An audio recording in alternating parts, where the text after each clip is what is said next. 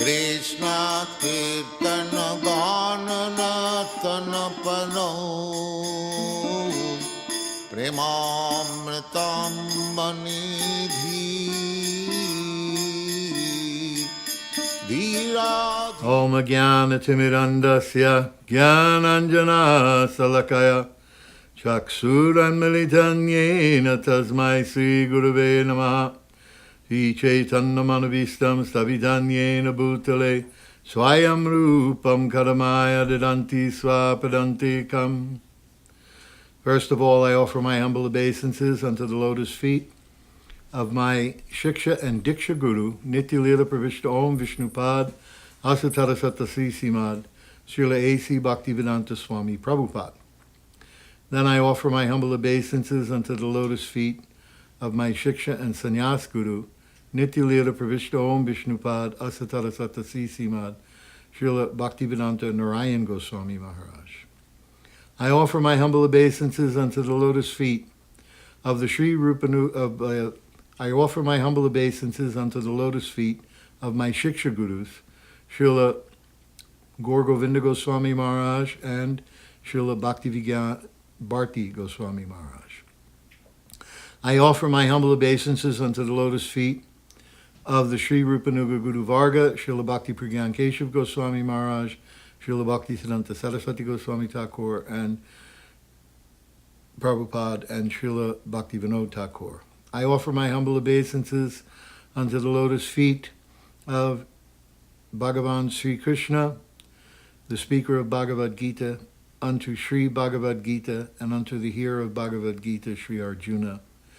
I offer my humble obeisances unto the commentators of Sri Bhagavad Gita, like the original Srila Sridhar Swamipad, Srila Vishwanath Chakravarti Thakur, Madhvacharya, Srila Ramanujacharya, Srila Madhvacharya, Srila Bhaktivinoda Thakur, Srila Baladev Vijabhushan, Srila A.C. Bhaktivedanta Swami Prabhupada, Srila Bhaktivedanta Narayan Goswami Maharaj, and Srila Bhakti Rakshak Sridhar Goswami Maharaj. And I offer my humble obeisances to all the Vaishnavas and Vaishnavis who are present here today. Dandavat Pranam. So, following the narrative that is given, we are now in the second part of the middle 6 chapters on Bhakti Yoga. We finished the first 6 chapters on Karma Yoga. We're in the middle 6 chapters on Bhakti Yoga. We're on chapter 10, which is the beginning of the last section, following the narrative that was given by the questions of the 16 questions of Arjuna, showed by Srila Bhaktivedanta Narayan Goswami Maharaj in his commentary on the second chapter, verse number 54.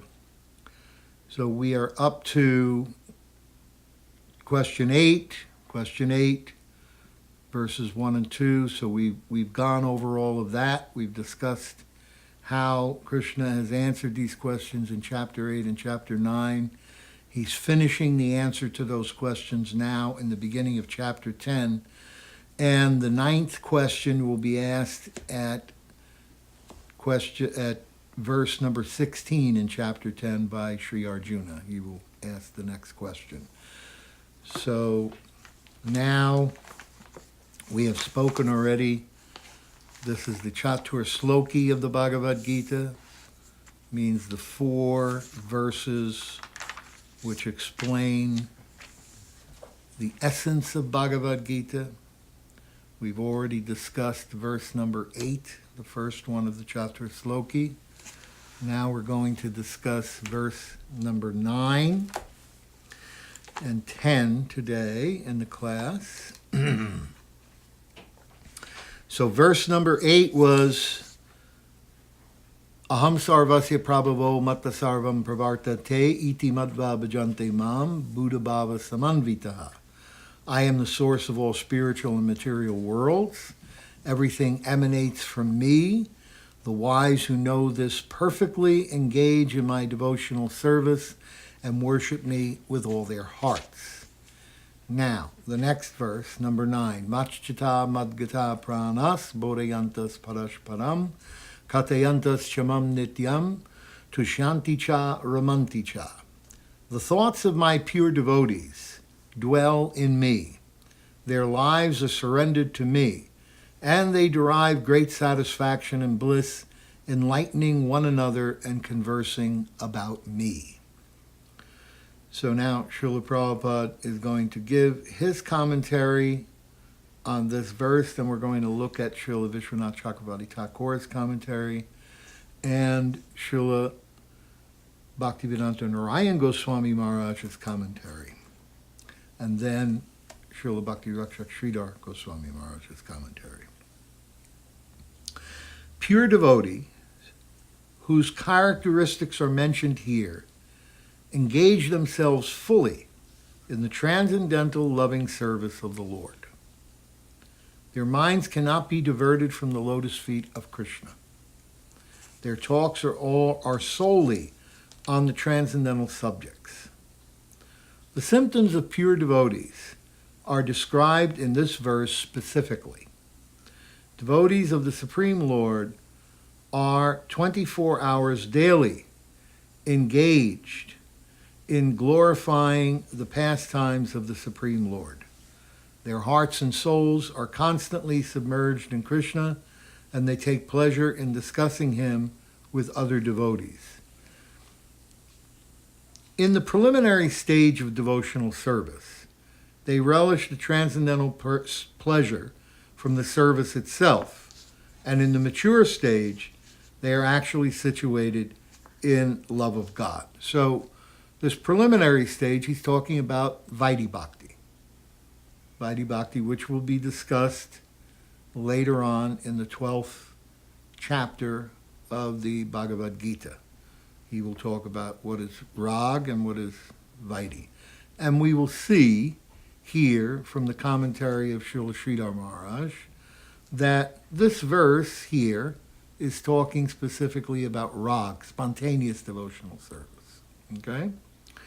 So Prabhupada is explaining that in the preliminary stage of devotional service, they relish the pleasure from the service itself, engaging the body. The body, the mind, the words. Srila Prabhupada understood what kind of persons we were. He understood that he had to keep us physically engaged, actively engaged in Krishna consciousness, by finding different kinds of services for us to perform in Vaidhi Bhakti. And so he would encourage us, whenever we had some idea, some desire to preach, to explain, to do something, he would encourage us, okay, you do this, you teach, you lecture, you whatever. You make a studio and make recordings, or you make films, or you make dramas and plays, whatever it was that we wanted to do, as long as it was centered around Krishna. Whenever we deviated from that, Srila Prabhupada would keep us back on track. Oh, let's make a vegetarian club. No, we're not vegetarians. We eat prasadam. We are not vegetarians. Oh, let's do this, or let's do this. Something, let's make money. No, we're not making money. We're preaching, and Krishna will send the money. Prabhupada never allowed us to become confused or distracted. He always kept us engaged in a way by which we could do our devotional service in Krishna consciousness. And sometimes there was a few Grihastha men who wanted to do business. He allowed them to do business and give their money to the temple.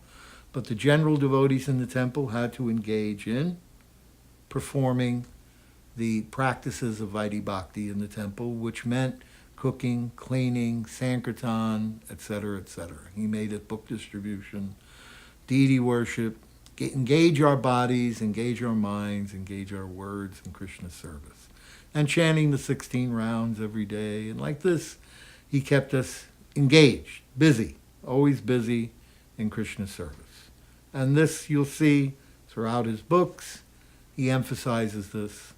Even one of my godbrothers wrote to him, I see that your books are always directing us to be actively engaged. And he said, yes, this is the secret of my books, is that they keep the devotees actively engaged, because this is our nature. Then he says, and in the mature stage, they are actually situated in love of God. Once situated in that transcendental position, they can relish the highest perfection which is exhibited by the Lord in his abode. Lord Chaitanya likens transcendental devotional service to the sowing of the seed in the heart of the living entity. There are innumerable living entities traveling throughout the different planets of the universe. Brahmanda Brahmite, Bhakti Lata Bij, Bhagavana. Out of many of them, there are a few who are fortunate enough to meet a pure devotee and get the chance to understand devotional service. This devotional service is just like a seed, and if it is sown in the heart of the living entity, and if he goes on hearing and chanting, Hare Krishna, Krishna Krishna, Hare Hare, Hare Rama, Rama Rama, Hare Hare, that seed fructifies, just as the seed of a tree fructifies with regular watering.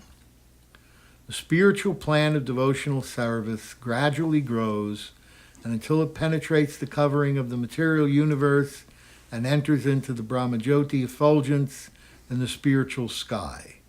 In the spiritual sky, also, that plant grows more and more until it reaches the highest planet, which is called Goloka Vrindavan, the supreme planet of Krishna. Ultimately, the plant takes shelter under the lotus feet of Krishna and rests there. Gradually, as the plant grows fruits and flowers, that plant of devotional service also produces fruits, and the watering process in the form of chanting and hearing goes on. This plant of devotional service is fully described in the Chaitanya Charitamrita. It is explained there that when the complete plant takes shelter under the lotus feet of the Supreme Lord, one becomes fully absorbed in love of Godhead. Then he cannot live for a moment without being in contact with the Supreme Lord, just as a fish cannot live without water. In such a state, the devotee actually attains the transcendental qualities in contact with the Supreme Lord. So here he's talking about having spontaneous love when the anarthas are removed. And at different stages, we begin with having some faith in the process. Then we associate with sadhus. By their association and hearing from them, then we execute bhajana kriya, the 9 different stages of the 9 different practices of devotional service: Shravanam, Kirtanam, Vishnu Smaranam, Vandanam, Archanam, like this, Atmanivedanam. All the different 9 processes are performed. This is called bhajana kriya. This is bhajan. But specifically, the emphasis, which will be talked about in the commentaries of Vishwanath Chakravarti Thakur and others, the emphasis is on Shravanam, Kirtanam, Smaranam, hearing, chanting, and remembering. And also, then anartha nivritti, the removal of the anarthas. That's the next stage after bhajana kriya. So as the material anarthas are removed, the lust, anger, greed, envy, so on and so forth, as they are taken out of the consciousness, then we come to a point where we're fixed in the process, and this is called nishta. Nishta means having firm faith that by doing devotional service for Krishna, that this is the best thing in my life, and there's nothing more important than this. And so this is the beginning of the mature stage, okay? Then from that we get ruchi, some taste. Then when that ruchi or taste comes, and we keep on increasing our association with sadhus, hearing the excellent pastimes of Krishna, and executing our bhajan, then eventually we get asakti. Asakti means to be attached, very attached to Krishna. We don't want to give up anything, always want to be engaged in Krishna service. this attachment, deep attachment. And then from attachment we get bhav, or the preliminary ecstasies of devotional service. So, this is the mature platform, the more mature stage of bhakti. And in that stage of bhav, we actually get to know what our spiritual personality is, our spiritual form, what our spiritual activities are in the spiritual world, and our service becomes more internalized. But at the same time, Srila Rupa Goswami says that even a sadhak who is very advanced in Krishna consciousness and is doing his internal worship, still he should follow the basic principles externally. And this is an evidence for not doing things like these groups called Saki Beki, these men dressed like gopis. So this is unacceptable. They say, oh, now I become a gopi. I'm one of Krishna's gopis. No, this is Saki Beki is not acceptable. Why? Because it doesn't follow Siddha Sadhaka Rupena. When one becomes a Siddha in his spiritual practices and he knows his spiritual form, that inside gopi, but he doesn't dress externally like gopi. No, he still wears the dress of the brahmachari or sannyasi, whatever, and he does his devotional practices like regular, because otherwise it becomes a disturbance in society. Society becomes disturbed or confused. So these are called apasampradaya, unauthorized groups. We don't follow these kind of groups like Saki Beki or Prakrita Sahaja or any of these kind of groups. We avoid their practices of devotional service. We follow the principles that are given by Srila Bhaktivinoda Thakur, Srila Bhaktisiddhanta Saraswati Thakur Prabhupada, our Srila Prabhupada, Bhaktivedanta Swami Prabhupada. Like this, we follow in this line, we follow in this mood. We don't change things. We don't manufacture anything. We just follow this authorized system which has been given in the Parampara. So, two stages, Vaidhi Bhakti and Rag Bhakti. And we discussed how the Rag Bhakti develops from the stage of Nishtha to Bhav. This description Prabhupada is giving here of the creeper of devotional service going up to the lotus feet of Krishna. In the second canto of Srimad Bhagavatam, there's a description of how the yogi, when he leaves his body, places the heel of his foot in the crevice of his rectum, between his cheeks, to stop the apanvat from going down, so that the soul won't leave from the lower realms of the body. And then he begins pranayam, and he begins doing his meditation, and then he leaves from the top of his head. He closes each gate, from the lower gates to the higher gates, so that the soul and the consciousness and the soul are focused here in the Sahasra chakra, okay? And then here, from the top, from the Brahmarandra, there's one small, very microscopic hole here, then the soul leaves from there. Srila Bhaktivinoda Thakur saw his grandfather, Raja Vallabhadatta, leave through his head, and also Srila Gaura Govinda Maharaj saw his uncle leave in the same way. So, great devotees, they get to be born in families like this where they see this thing happen. So, then, in that second canto, it describes how when the soul leaves, the yogis leave their body, they travel through the universe and they go past all the different planets, and how they have to avoid becoming attracted to going to Swarga or to going to Siddhaloka, where they get cities, all the mystic cities, or Gandharva Loka, or Brahma Loka, or all these places. They have to completely avoid becoming attracted and disturbed by any of this, and they go higher and higher and higher, then they have to penetrate each layer of the material universe, starting with earth, then water, then fire, then ether, air, ether, then mind, intelligence, false ego.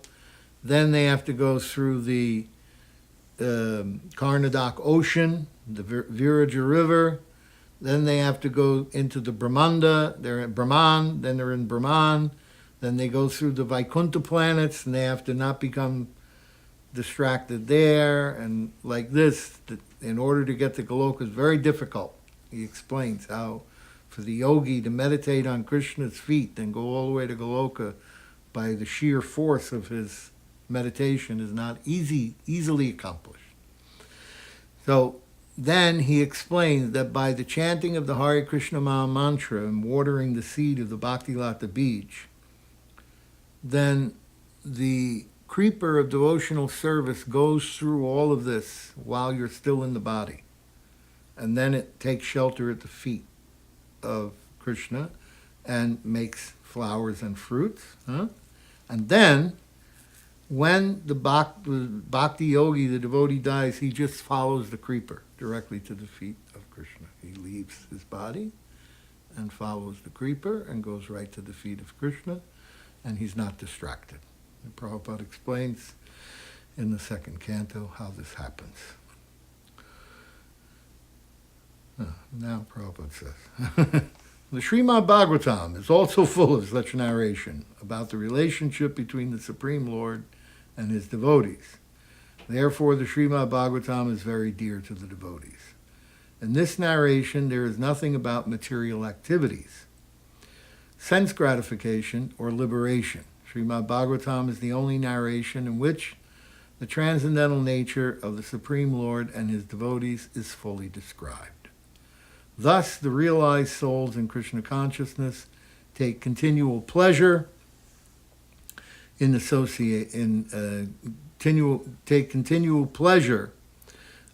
in hearing such transcendental literatures, just as a young boy and girl take pleasure in each other's association.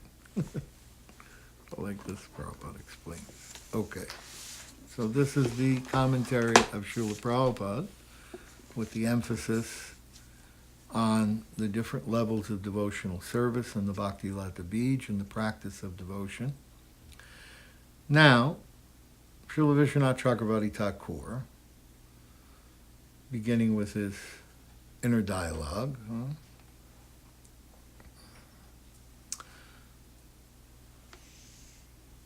the way the verse is translated here by Srila Narayan Maharaj, following in the footsteps of Srila Vishwanath Chakravarti Thakur and Srila Bhaktivinoda Thakur, a little bit different from Prabhupada's, but says same thing. Those whose minds are absorbed in me and whose lives are wholeheartedly devoted to my service derive great satisfaction and bliss from constantly enlightening one another about my tattva and performing kirtan of my Nam, Rupa, Guna, and Leela.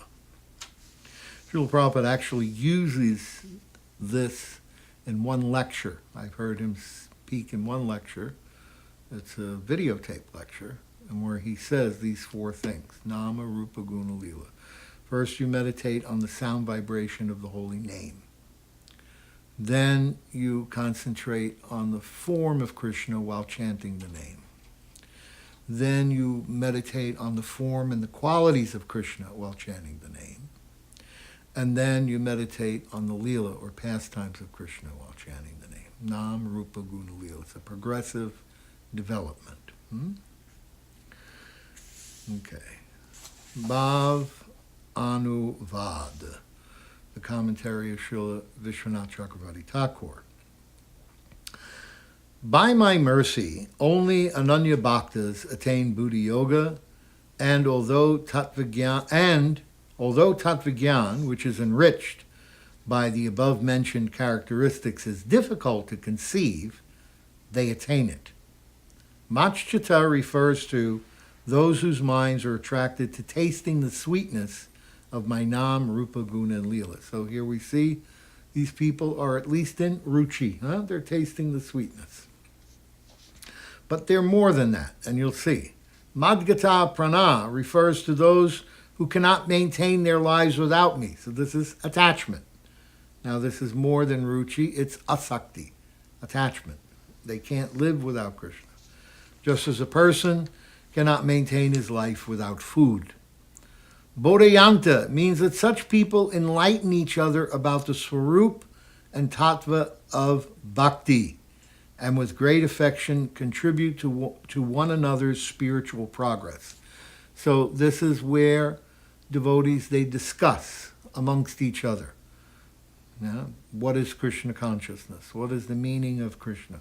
What are his pastimes? What is the deep meaning of those pastimes? What is the conception that Krishna is giving here?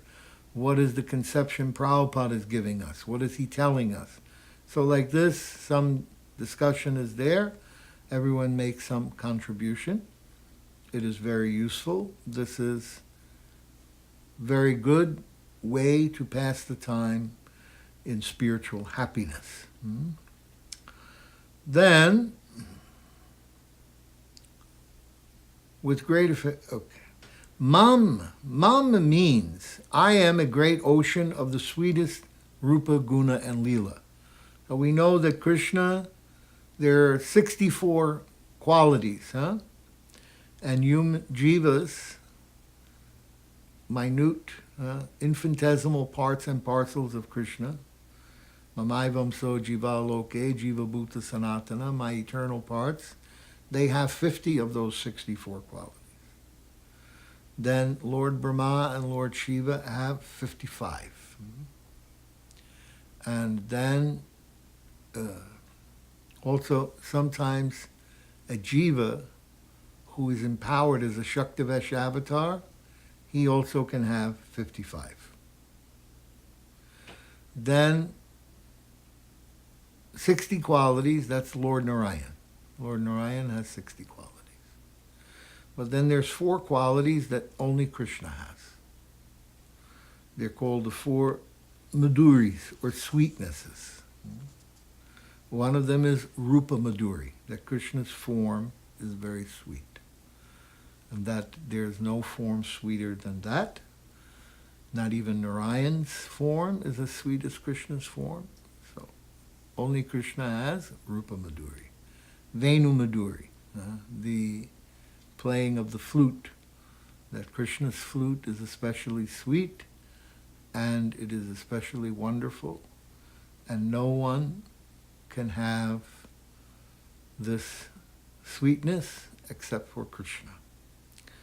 Then Leela Maduri. Leela Maduri means these pastimes. Krishna's pastimes are the sweetest pastimes. All of his Braj pastimes, with his cowherd friends, his cowherd boyfriends, cowherd girlfriends, his mother, his father, all of these people, this Leela, these pastimes are the sweetest. None are more sweet than this. They are the sweetest of all pastimes. And Prema Maduri, Krishna's prema, his love. His love is the sweetest. Why? Because there's no Aishwarya. There's true intimacy. You can actually be Krishna's intimate friend, intimate parent, or intimate lover.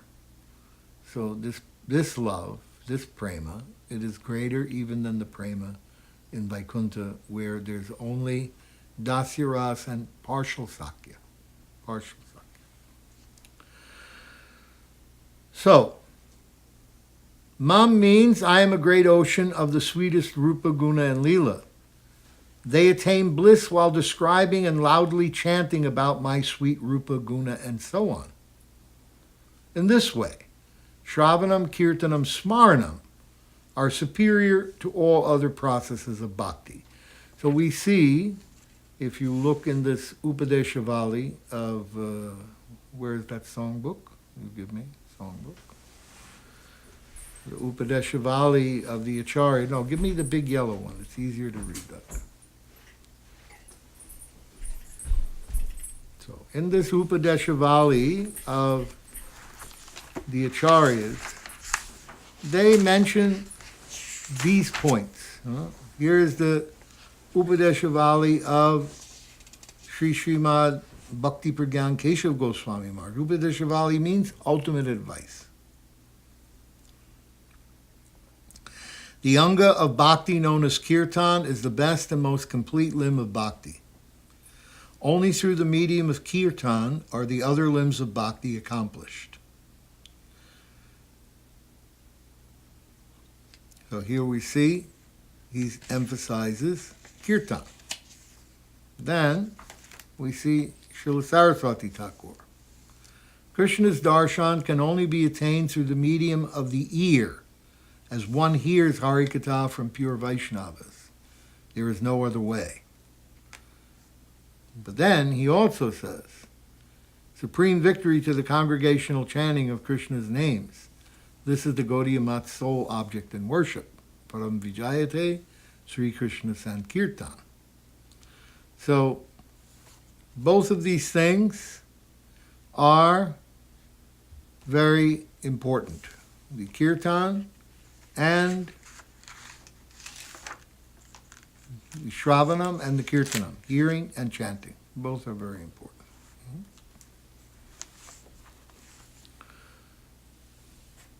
So, Vishwanath Chakravarti Thakur, he is also making this emphasis.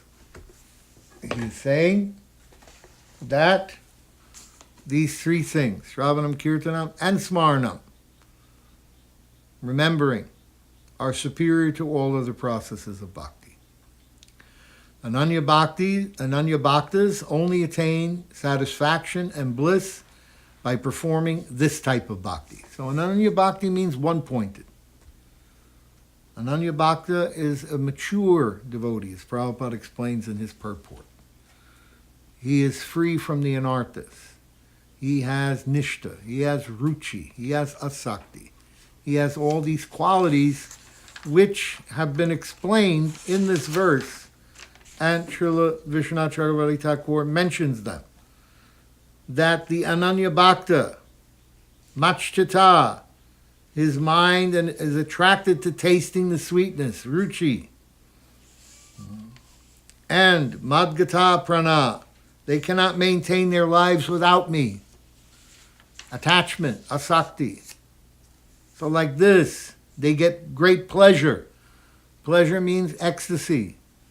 This is bhav. So this is all mature, pure devotional service.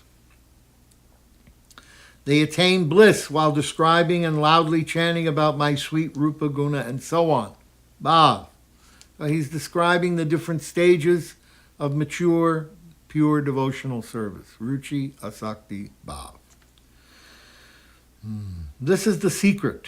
This is the secret. Ananya bhaktas only attain satisfaction and bliss by performing this type of bhakti. In other words, they also attain satisfaction during sadhana dasa. Sadhana dasa means they perform unobstructed bhajan. And then during sadhya dasa, prayojan tattva, meditation on the object of their worship, they enjoy with Krishna within their mind by remembering their perfect state. So they experience ecstasy while they're doing sadhya, their bhajan, hearing, chanting, remember. And then during sadhya, focusing on the object of their worship, the prayojan tattva, then by that meditation, internal service that they perform, understanding their spiritual form and understanding their spiritual position, then internally they perform service to Krishna, internally in their hearts. This is sadhya dasa. Then they enjoy with Krishna within their mind by remembering their perfect state. Sri Bhagavan's above statements describe Raganuga Bhakti only. So we have, Prabhupada is talking about the two stages, and here Vishwanath Chakravarti Thakur says, this verse specifically means the stage of Rag Bhakti, spontaneous devotional service, beginning with Ruchi, Asakti, and Bhav. Now, the Prakashika Vritti of Srila Bhaktivedanta Narayan Maharaj, where he will also quote the commentary of Srila Bhaktivinoda Thakur. In the present sloka, Sri Krishna is explaining the nature of his Ananya Bhaktas and their practice of bhakti.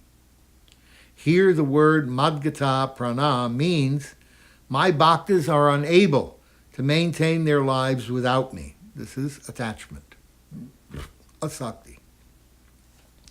Just as a fish cannot remain alive without water. If a fish comes out of the water onto the beach with a desire to achieve happiness, it will certainly die immediately. In the same way, the jivas who are averse to Sri Hari are as good as dead, even while in these bodies. Srila Bhaktivinoda Thakur quotes Krishna as saying, the character, now this is Bhaktivinoda Thakur's inner dialogue, he's quoting Krishna. The character of those whose minds are exclusively devoted is as follows. By completely offering their minds and lives unto me, they mutually exchange their bhavs and remain engaged in glorifying my leelas and so forth. In this way, by Shravanam and Kirtanam, they attain the happiness of bhakti. In their sadhya stage, that is, after attaining pure prema, which is accessible only through Ragmarg, they experience the pleasure of enjoying with me within Vraj Ras, culminating in the bhav of Madhurya Ras. So what he's indicating here is what I was just talking about. When one understands in the sadhya stage, in the perfectional stage, when they've attained bhav, prema, then they are able to experience pleasure of enjoying with me within Braj Ras, within their hearts. Srila Prabhupada once explained that when we achieve full Krishna consciousness, when we're seeing Krishna internally, spiritually, with our spiritual form, and seeing our spiritual form and the spiritual form of our Gurudevs, when we see all of this, and we're in that enlightened state, he said it's just like television. He said you'll watch the pastimes of Radha and Krishna in your heart like television, he said, spiritual television. And you'll just relish the beautiful pastimes of Krishna in Braj Ras. So he's explaining that here, Bhaktivinoda Thakur. In their sadhya stage, in their perfectional stage, when they achieve the goal, that is, after attaining pure prema, which is accessible only through Rag Marg, spontaneous devotion, they experience the pleasure of enjoying with me within Vraj Ras. Within their hearts, Vrindavan will manifest, and they will cavort with Krishna within their heart and experience Braj Ras within their heart and associate with Krishna within their heart automatically. You understand? Culminating in the bhav of Madhurya Ras, meaning the mood of having relations with Krishna as a gopi. Now, we will read what Srila Sridhar Maharaj has to say on this verse. We left off in the last part of the commentary by Srila Sridhar Maharaj, where in the previous verse, verse 8, therefore the acme of Ragmarg is to render service unto Radharani, Radhadasyam.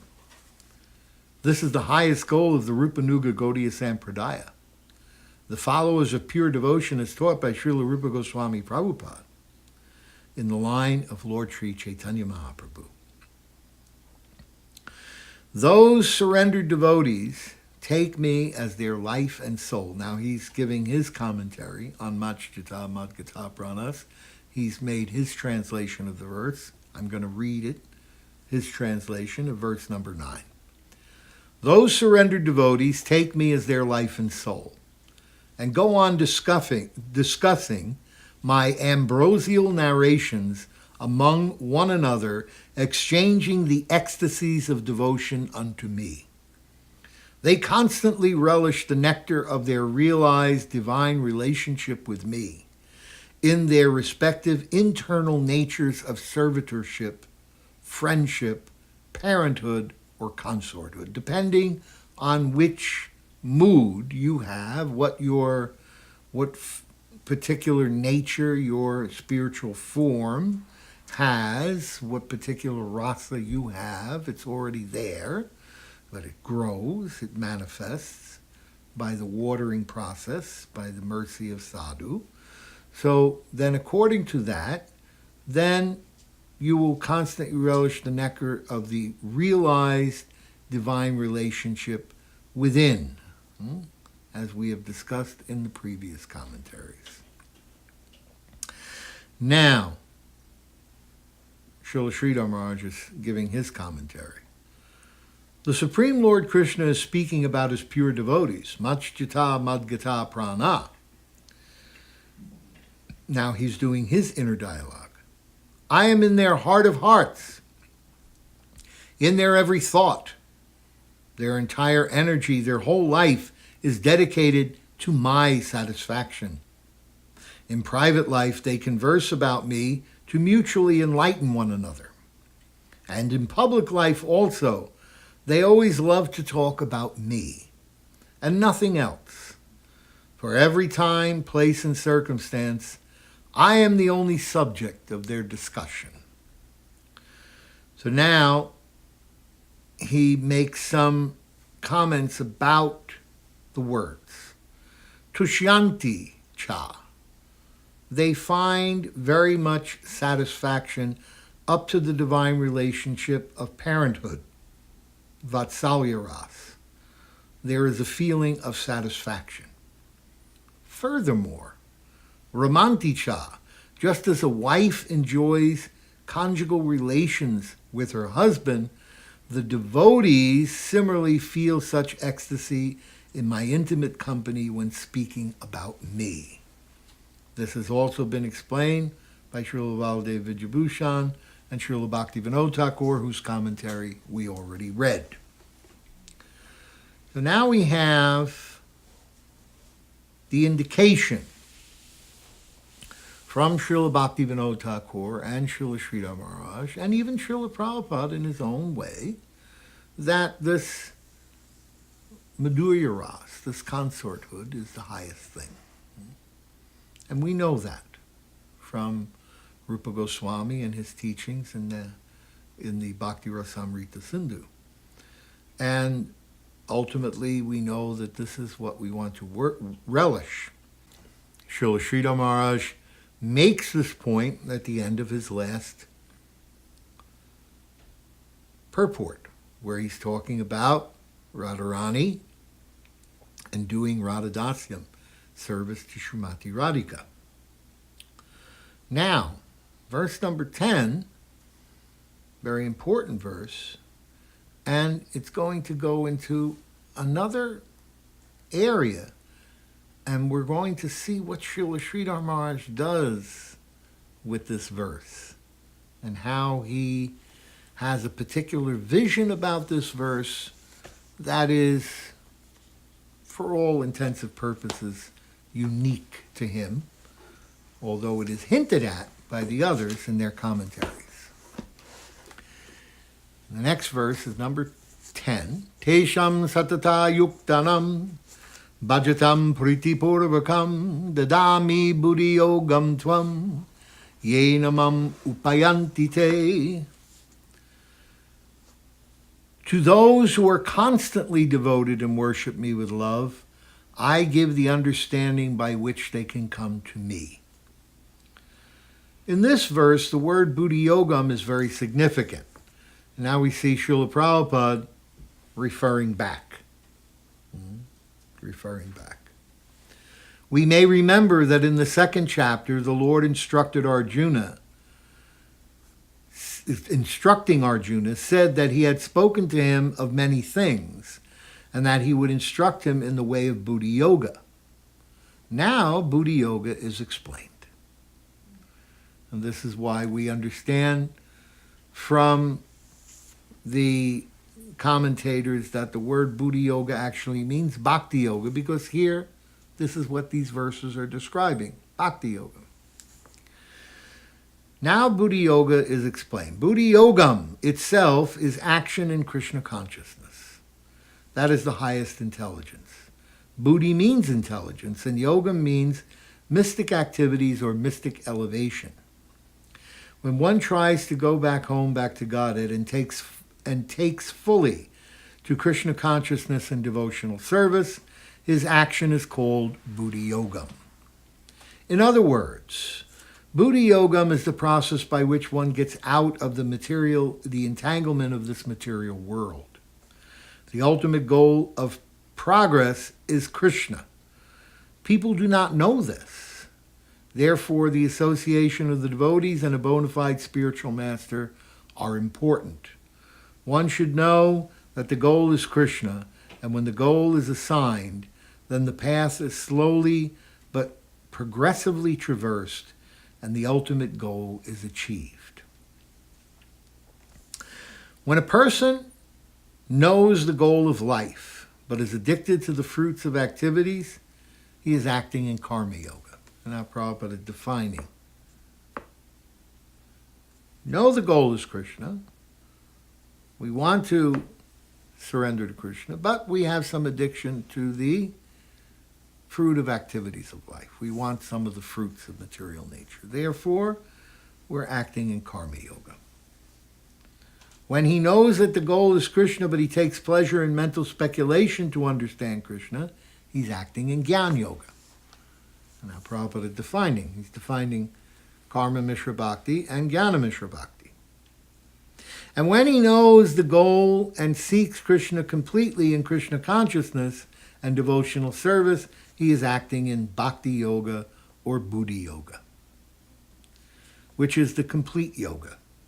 This complete yoga is the highest perfectional stage of life.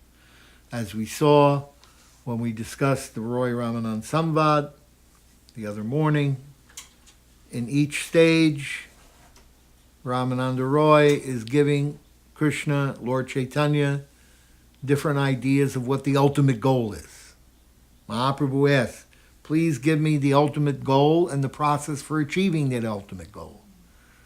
And quote the verses from Scripture to support your view. And so he starts with Vanashram, and then he gives that up, and then he goes to the next stage, which is that verse in the 9th chapter of the Bhagavad Gita, Yat karosi yarashnasi yad jahosi dadati yat. Mahaprabhu rejects that. Vanashram is external. Yat karosi is external. Okay, give up all dharma, sarva dharma, parityaja, external. Mahaprabhu says external. Okay, Brahma Bhuta Prasanatma, external. Gyan is external. Okay, now, Jnana Prayasam, now Sanmukaritam, Stita, this one, we want Gyan Shunya Bhakti. Okay, this may be. Gyan Shunya Bhakti may be. And then, Prem, yes. Now, we have the goal. Prem. Now, speak more. Explain the details of this praying. So here we see the complete yoga, the highest perfectional stage is bhakti yoga, more than anything else. A person may have a bona fide spiritual master and may be attached to a spiritual organization, but still, if he is not intelligent enough to make progress, then Krishna from within gives him instruction so that he may ultimately come to him without difficulty. The qualification is that a person always engage himself in Krishna consciousness with love and devotion and render all kinds of services. He should perform some sort of work for Krishna, and that work should be with love. If a devotee is intelligent enough, he will make progress on the path of self-realization. If one is sincere and devoted to the activities of devotional service, the Lord gives him a chance to make progress and ultimately attains him. So now that's Prabhupada's explanation of this 10th verse in the 10th chapter, 10:10. Okay. Now we'll look at the way Vishwanath Chakravarti Thakur has translated this verse. He says, "Upon those who perform bhajan to me with love, yearning for my eternal association, I bestow the transcendental knowledge by which they can come to me." Now here's the Bhavanuvad, the commentary of Srila Vishwanath Chakravarti Thakur. Again, inner dialogue, Krishna speaking. "So, they attain satisfaction and bliss. According to your statement, your bhaktas attain supreme bliss only by performing bhakti to you. It is therefore clear that they are beyond the gunas. But how do they get direct realization of you, and from whom do they learn the process to achieve it?" So he's throwing out a question, inner dialogue question. How is this achieved? Anticipating this question from Arjuna, Arjuna doesn't ask this question, but Krishna is anticipating.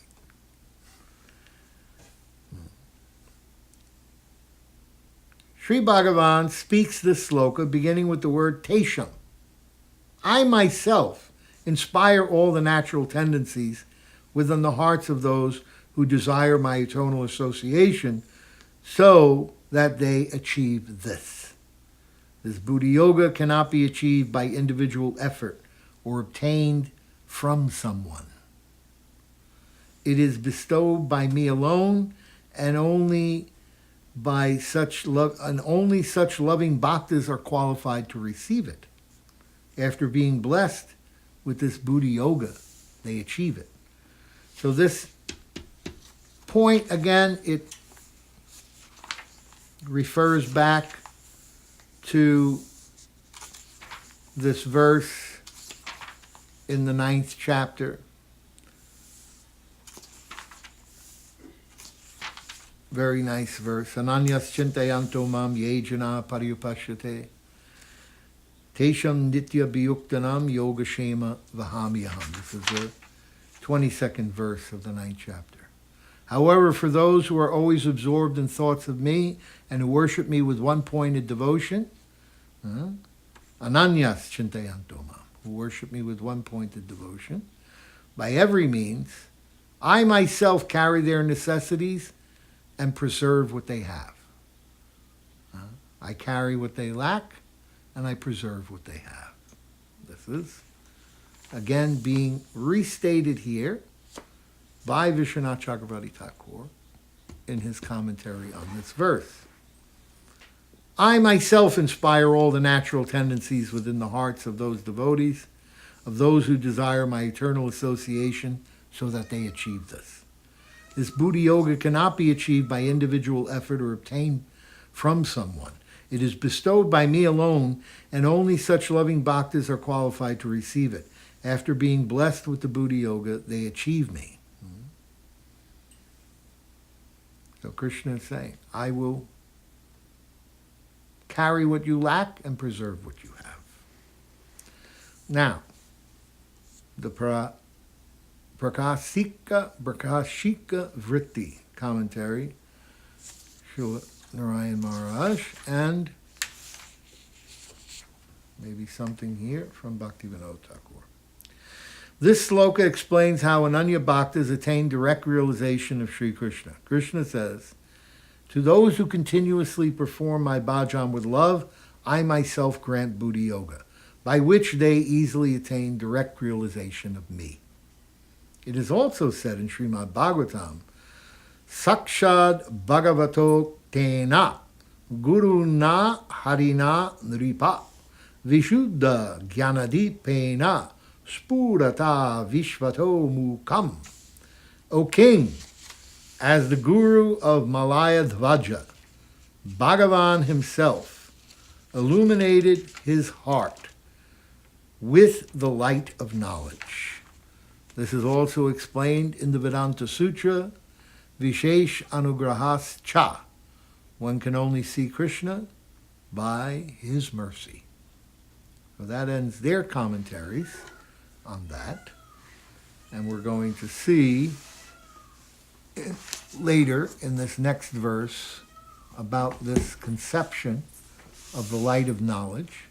But first we're going to look at Srila Bhakti Rakshak Sridhar Goswami Maharaj's very unique commentary on this.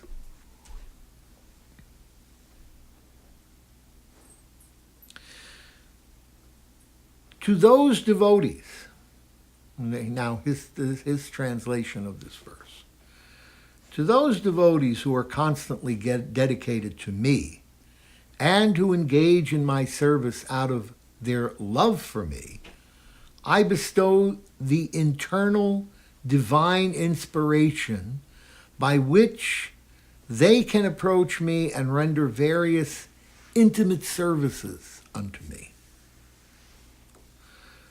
Now, you're going to see what his perspective or viewpoint is in this.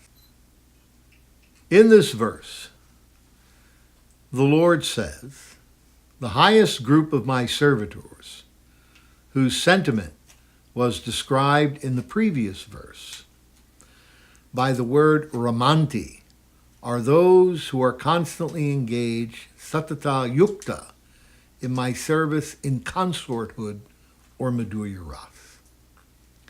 With heartfelt love, bhajatam priti purvakam. Then, he says, that he will give them further inspiration or inner instruction, by which they can come to him. Yenamam upayantite. When already in this and the previous verse, the devotee's service to the Lord has been described as eternal by the words nityam and satata yukta. Lord Krishna's statement that he will give them further inspiration by which they can come to him appears to be redundant.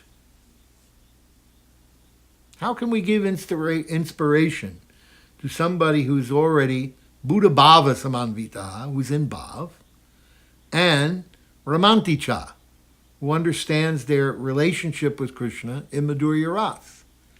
What further inspiration should we give such an enlightened devotee? Now he'll tell. Therefore, in the expression mam upayantite, they will come to me, the word upayanti must be defined as parakiya bhavena upapati. Pati means husband, and upapati means paramour. For those, now he's rewriting the verse so that he puts in this upapati. For those who have already come into divine relationship with me as my wife, Ramanti, I give them the special inspiration to come to me as a paramour, upapati. In Vrindavan, Lord Krishna is not considered a lawful husband, but he is the Lord of the heart, transcendental to even the husband. This is parakiya ras. Deceiving their husbands, the gopis of Vrindavan unite with Krishna. They do not allow a second party to come between them and Krishna. They cannot allow the interception of even scriptural regulation and social law because Krishna's position is absolute. And such a relationship is more relishable to him. This is Vrindavan Bhajan. And this is the meaning of upapati. Now, Srila Narayan Maharaj, in the Jaiva Dharma, actually it's Srila Bhaktivinoda Thakur who's explaining this, gives us some insight into the different levels of consorthood between the different consorts of Krishna and Krishna. There are three kinds of rati Sadharani, general, Samanjasa, proper, and Samartha, competent. The Rati of Kubja is an example of Sadharani Rati. It has been condemned because its fundamental basis is the desire to enjoy union. The Rati of the Mahishis of Dwarka, the queens of Dwarka, is called Samanjasa, proper, because it satisfies worldly standards of righteous conduct, and it is awakened by the regulative principles of marriage. I am his wife, he is my husband. This Rati is limited by such sentiments. Now, also, Srila Gurudev was explaining that this desire to enjoy union with Krishna by Kubja is a lower level of consorthood. Then, the Rati of the Mahishis is not exclusive because their love is a little divided. They will love their children, and they will love their parents and their grandparents and other people within society. So their love is a little divided. Okay? But now we see his description. The Rati of the residents of Gokula is Samartha because such Rati magnificently goes beyond even the boundaries of social restrictions and religious principles. Samartha Rati is not actually improper. Indeed, from the perspective of the ultimate transcendental objective, Paramartha, only Samartha Rati is correct in the highest sense. In other words, if you're going to be in Madhurya Ras, if you're going to be in consorthood, then really consorthood means this, upapati, being a paramour of Krishna in Goloka. Only Samartha Rati is correct in the highest sense. Sadharani Rati is like a jewel. Samanjasa Rati is like Chintamani. And Samartha Rati is a supremely rare, like the Kaustubha money of Krishna. It's that jewel that Krishna wears around his neck. It's one of a kind. There's no other Kaustubha money except the one on Krishna's neck. So extremely rare, supremely rare. That is what Samartha Rati or Upapati, paramour relationship with Krishna is from Gokul. So now we see how all the sentiments which were echoed here by Srila Bhaktivinoda Thakur are echoed in this commentary of Srila Sridhar Maharaj in his explanation.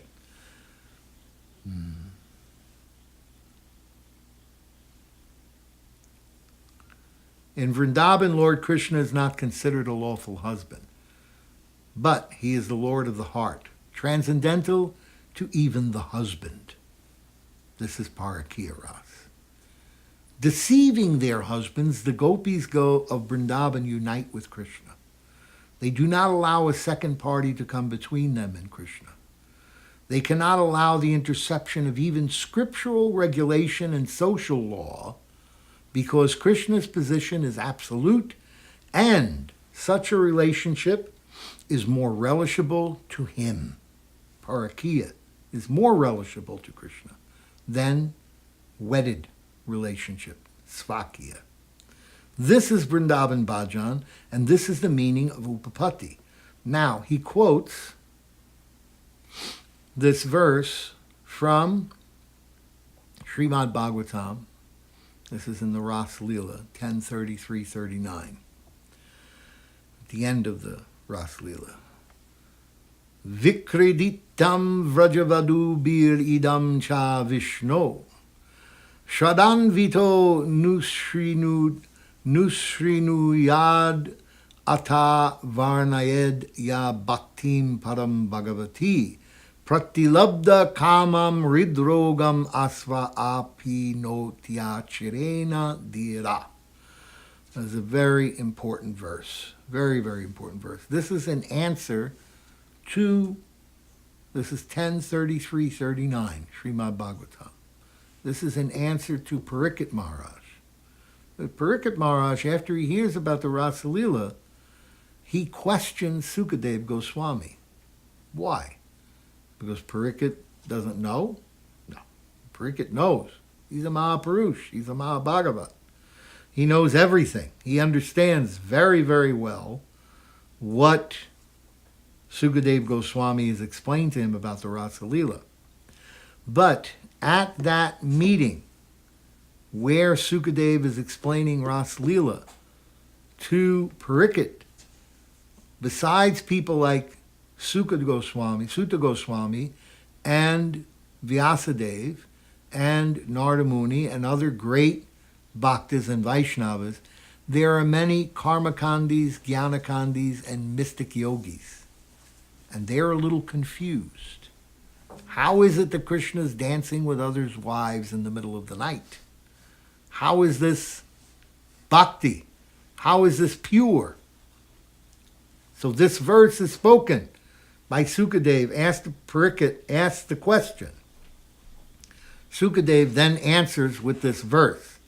A self-controlled, sense-controlled person who, having become endowed with sublime faith in the divine pastimes transcendentally enjoyed by Lord Krishna with the gopis, Ras Leela, and who, having heard these divine pastimes from the lotus mouth of a bona fide guru, continuously sings or narrates their glories, such a person swiftly achieves the most elevated form of pure devotion for the Lord and is promptly able to ward off the heart disease of lust.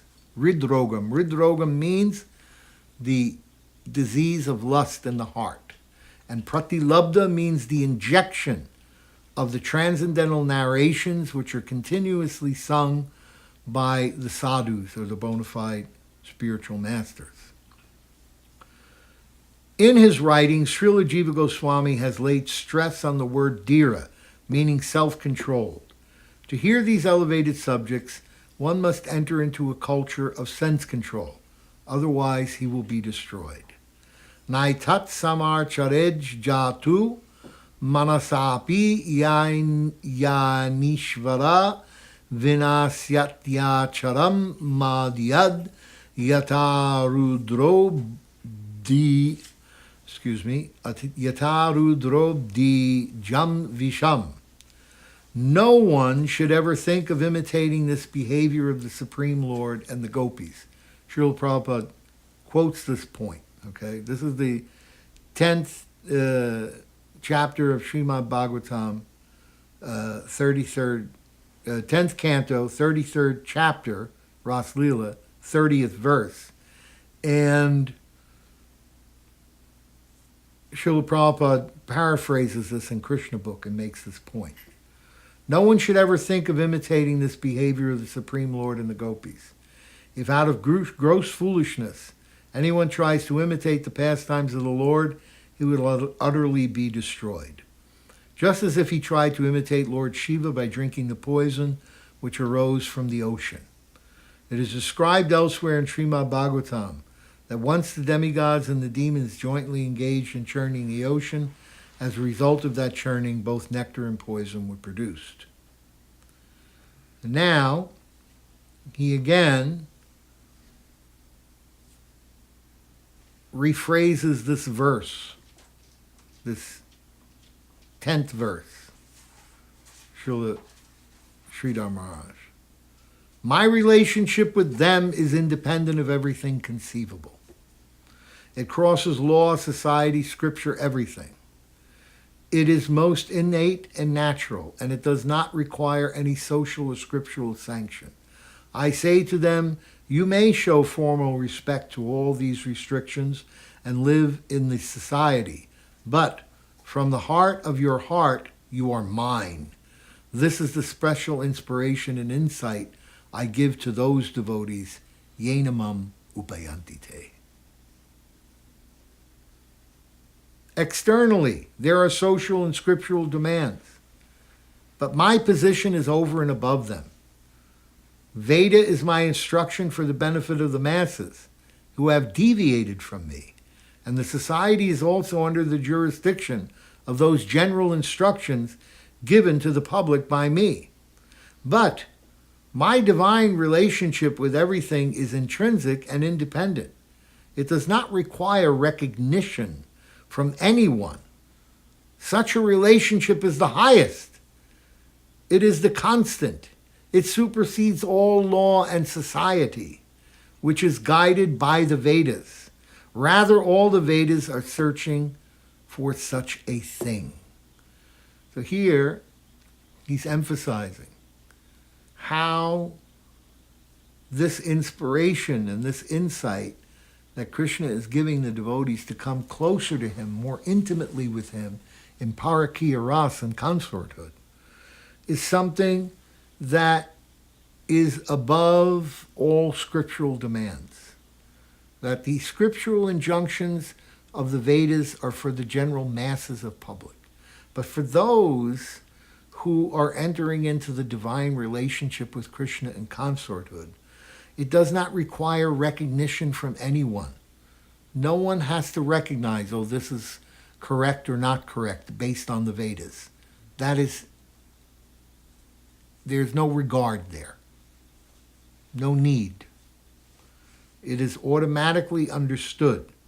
Such a relationship is the highest. It is constant. It supersedes all law and society, which are guided by the Vedas. Rather, all the Vedas are searching for such a thing. And how do we know that all the Vedas are searching for such a thing? Because the prayers to the personified Vedas, the Vedas themselves, come in this Dwarpa Yuga when Krishna was doing Ras Leela. They come as gopis. They're called the Shruticharis, the gopis who come from the personified Vedas. And then there's the Rishicharis, the gopis that came from the rishis in the Dandakaranya forest during Ram Leela. So there's different gopis. Many, many gopis come from different levels. In Ram Leela, so many come from Ram Leela. For instance, Sita, she had so many girlfriends, thousands of girlfriends. They all wanted to marry Ram, but Ram only marries once. He marries one wife, Ekapatni Vrat.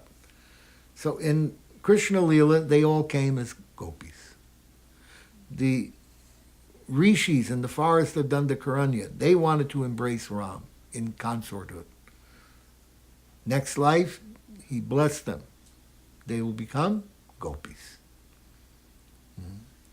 When Ram performed the yajna, there was the Ashwamedha yajna that he wanted to perform. He had already banned Sita.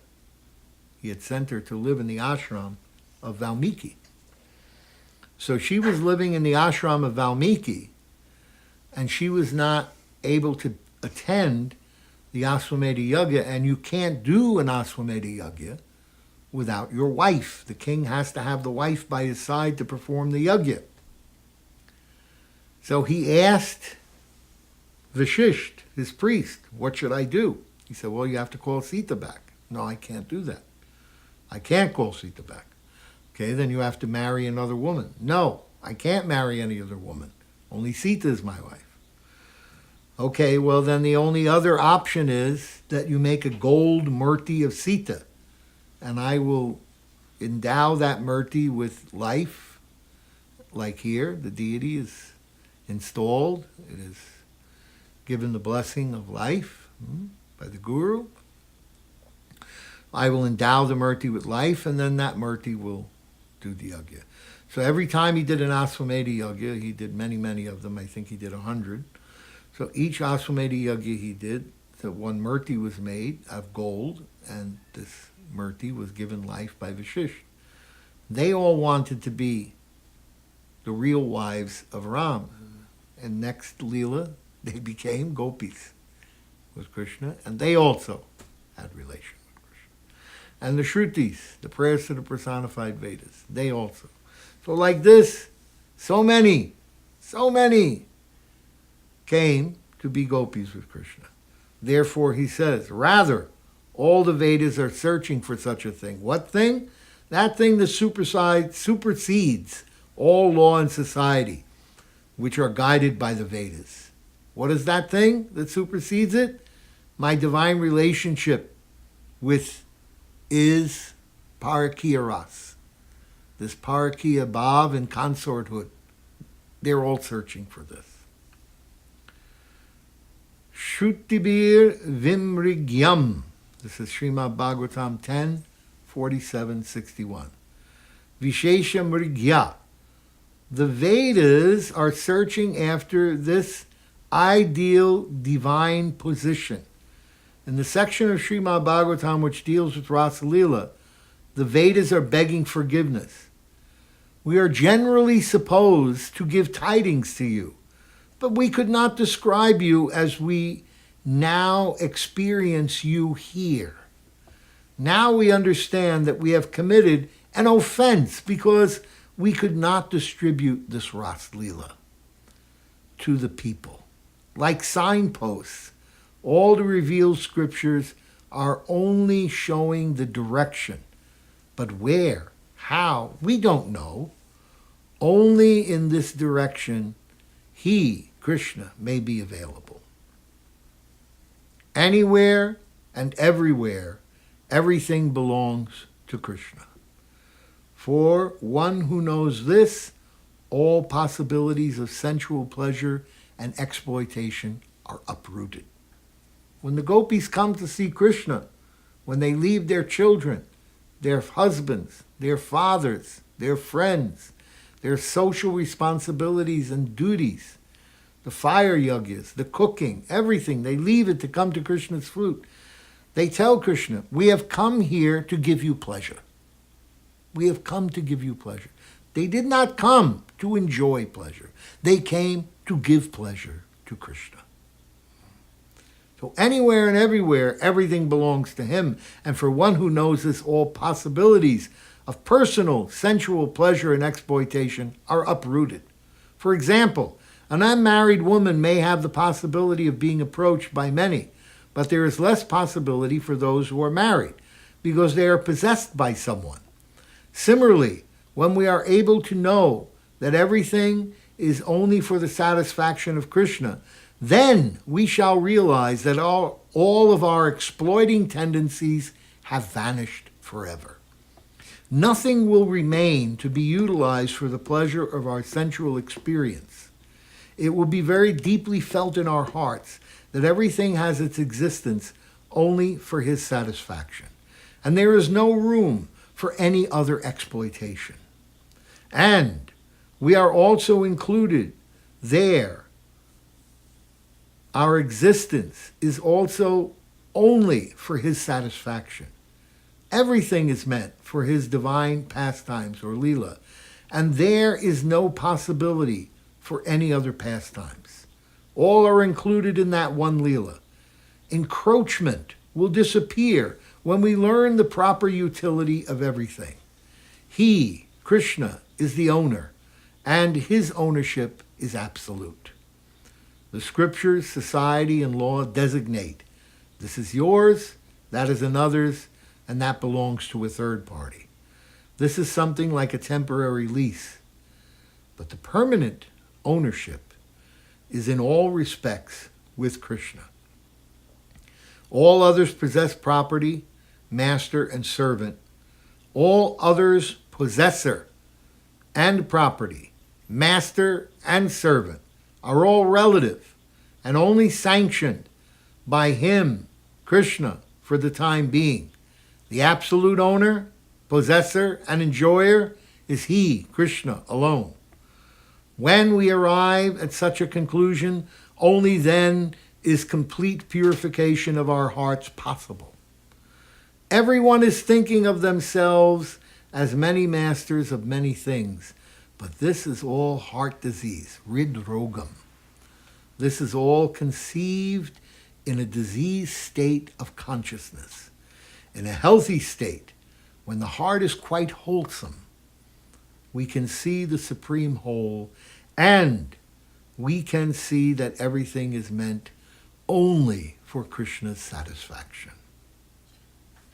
So this is Srila Sridhar Maharaj's commentary. So here we see how he is emphasizing this highest point, that this upayanti, bringing him near, what does it mean? Well, for those in the previous verses who have already been described as having bhav, who have already been described as having romanticha, consorthood with the Lord, bringing them closer, making them more intimate with me, can only mean one thing.